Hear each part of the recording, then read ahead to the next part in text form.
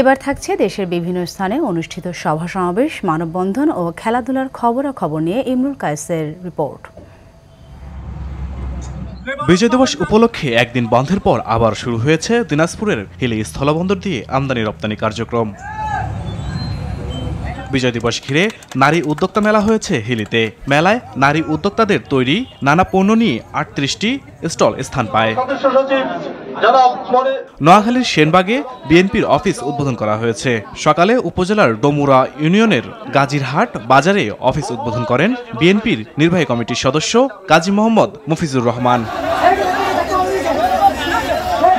বিজয় দিবস উপলক্ষে বাংলাদেশ জাতীয়তাবাদী ছাত্রদল, বেগমগঞ্জ উপজেলা, চৌমুহনী পৌরসভা ও চৌমুহনী সরকারি কলেজ ছাত্রদলের যৌথ উদ্যোগে পতাকা মিছিল ও বিজয় র্যালি হয়েছে।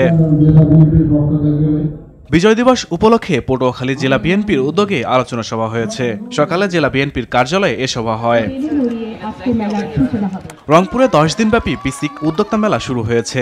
জেলা স্কুল মাঠে ফিতা কেটে ও বেলুন উড়িয়ে মেলার উদ্বোধন করেন জেলা প্রশাসক মোহাম্মদ রবিউল ফয়সাল।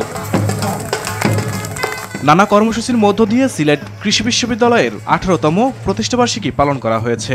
পরে বিশ্ববিদ্যালয়ের ছাত্র, শিক্ষক এবং কর্মকর্তা কর্মচারীদের নিয়ে আনন্দ র্যালি হয়। শরীয়তপুরে বিএনপির কেন্দ্রীয় নির্বাহী কমিটির সদস্য, জেলা বিএনপির সাবেক সভাপতি অ্যাডভোকেট জামাল শরীফ হিরুর জানাজা অনুষ্ঠিত হয়েছে। সকাল 10টায় নিজ বাড়ি নড়িয়ার পণ্ডিত স্যার স্কুল মাঠে জানাজা হয়।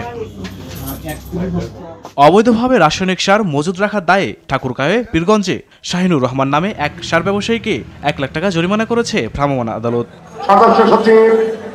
বিজয় দিবস উপলক্ষে বরিশাল উত্তর জেলা বিএনপি আলোচনা সভা ও র্যালি করেছে। সকালে নগরীর জেলা ও মহানগর বিএনপি কার্যালয়ে চত্বরে এ আয়োজন করা হয়।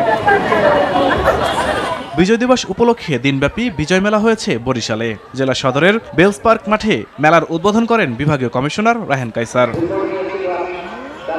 বিজয় দিবস উপলক্ষে মাদক বিরোধী প্রীতি ফুটবল টুর্নামেন্ট হয়েছে যশোরে। শহরতলী তালবাড়িয়া মাধ্যমিক বিদ্যালয় মাঠে টুর্নামেন্টের আয়োজন করে মাদকদ্রব্য নিয়ন্ত্রণ অধিদপ্তর। কুড়িগ্রামে অনূর্ধ্ব 15 থেকে 24 বছরের বালিকাদের হ্যান্ডবল প্রতিযোগিতার ফাইনাল খেলা হয়েছে। খেলায় মোগলবাসা দল পৌরসভা দলকে 3-2 গোলে পরাজিত করে। বিজয় দিবস উপলক্ষে নওগাঁর রানীনগরে ফুটবল টুর্নামেন্টের ফাইনাল খেলা হয়েছে। খেলা শেষে বিজয়ী দলের হাতে পুরস্কার তুলে দেওয়া হয়। একমাত্র খেলাধুলা ও সাংস্কৃতিক চর্চা পারে সমাজকে বদলে দিতে, যুব সমাজকে মাদকমুক্ত রাখতে। এ লক্ষ্য নিয়ে বিজয় দিবস 2024 উপলক্ষে রূপগঞ্জে দিনব্যাপী ক্রীড়া প্রতিযোগিতা ও সাংস্কৃতিক অনুষ্ঠান করা হয়। ইমরুল কায়েস, RTV।